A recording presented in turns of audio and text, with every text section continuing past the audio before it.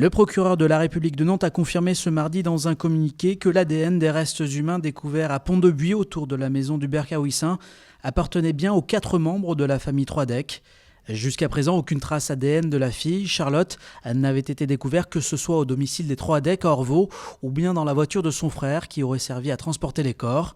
C'est Hubert Kaouissin, l'assassin présumé de la famille Troidec, qui avait indiqué l'emplacement des corps aux enquêteurs. Une importante opération de gendarmerie a eu lieu dès le lever du jour ce mardi, quartier Malakoff à Nantes. Selon la gendarmerie, elle ciblait un trafic de stupéfiants sans plus de précision. La circulation des voitures et des bus a été restreinte dans le quartier jusqu'à 10h et la fin de l'opération. Ces derniers jours, les poubelles non ramassées s'accumulaient dans le centre-ville, en cause un mouvement des éboueurs qui protestent contre la remise en cause du principe du fini parti. Les explications de Jean Annex. Des poubelles qui débordent, une image qui n'a pas pu échapper aux habitants de l'agglomération. Mais alors, les éboueurs sont-ils en grève? Non. D'après les syndicats, c'est une conséquence de leur nouveau rythme de travail. On n'arrive pas à finir les secteurs, tout simplement. Ils partent au travail, mais ils ramassent seulement les bacs, un bac par un bac, ils ne courent plus.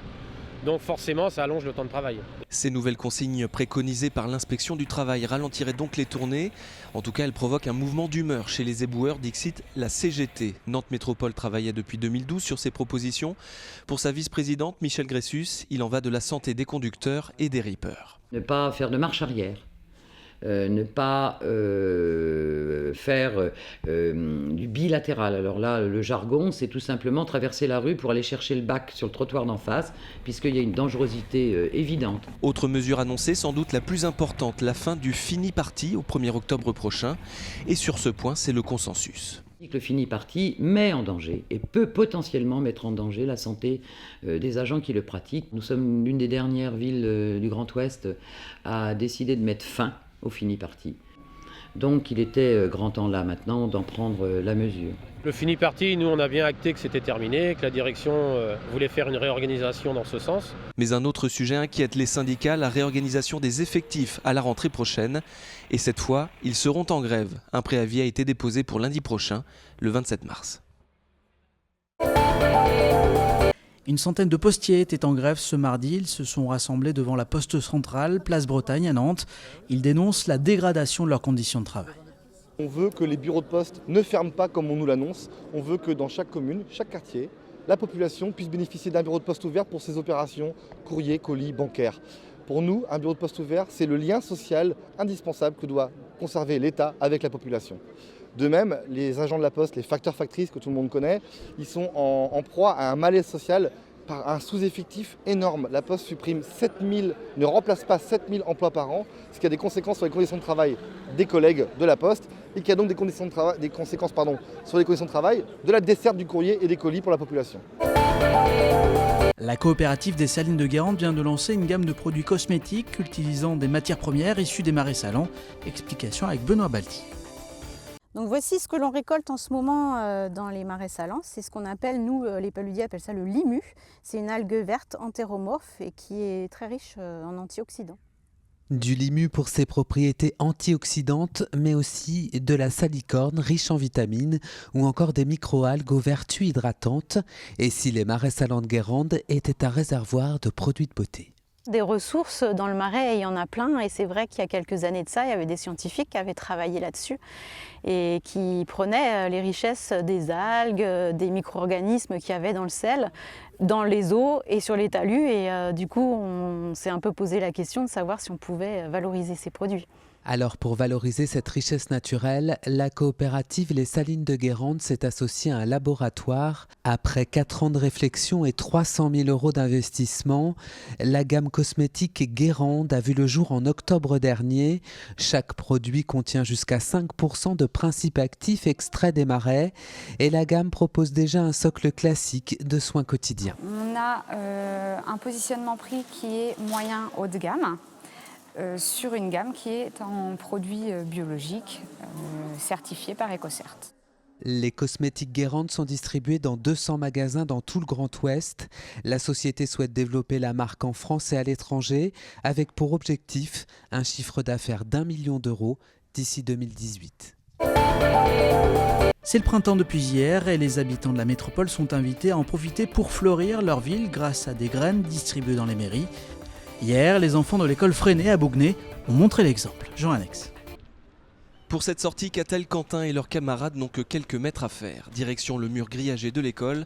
Après quelques conseils, ils peuvent commencer à semer. Ouais, mais j'en ai plein les ongles. L'opération Maru en fleurs est lancée avec dans le rôle des ambassadeurs ces élèves de maternelle.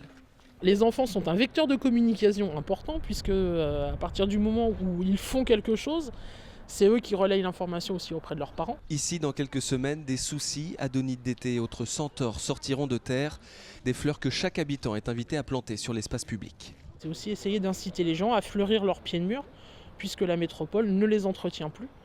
Donc du coup, c'est une façon aussi d'embellir la ville avec des fleurs qui tiennent une bonne partie de l'année. On a effectivement le kit Maru en fleurs de Nantes Métropole que les gens peuvent venir chercher dans les accueils donc de la mairie principale, du pôle espace vert qui est rue de la Gagnerie, au pôle sud-ouest et à la mairie annexe qui est derrière nous. Mais Maru en fleurs, ça se passe aussi dans toute l'agglomération. À Nantes, où elle a été lancée en 2013, le Jardin des Plantes est l'un des points de retrait des kits de plantation. Des graines qui ont permis de fleurir 1000 rues d'après la métropole. En voilà une de plus, grâce aux petits Bougnésiens. On a fini.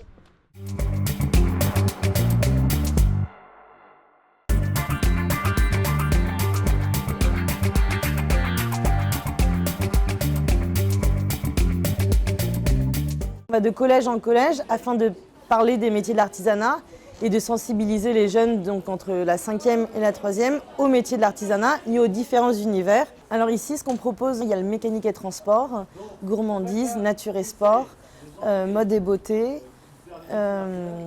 et maison et déco.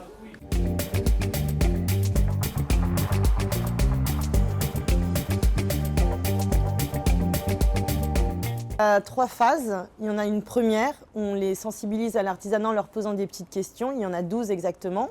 C'est sous forme de quiz. Puis après, ils viennent en phase 2, où il y a, comme vous pouvez le voir, 3 camions qui sont là, avec des iPads. Là, on leur fait faire un quiz sur leur personnalité. Il y a 15 questions auxquelles ils doivent répondre, en fonction de leur goût et de leur couleur, voir ce qui leur plaît. Et en fonction de leurs réponses, ils sont dirigés vers un univers de l'artisanat. Et pour clôturer la chose, il y a une phase 3 où là, ils vont directement rencontrer l'artisan. Et là, à ce moment-là, c'est un moment d'échange. Ils sont libres de poser des questions sur l'organisation d'un artisan, sur les employés si jamais il y en a, sur le salaire, sur leurs vacances. Et voilà, toute question qui leur viendra à l'esprit, ça se passe dans la phase 3 si jamais ils ont la moindre question.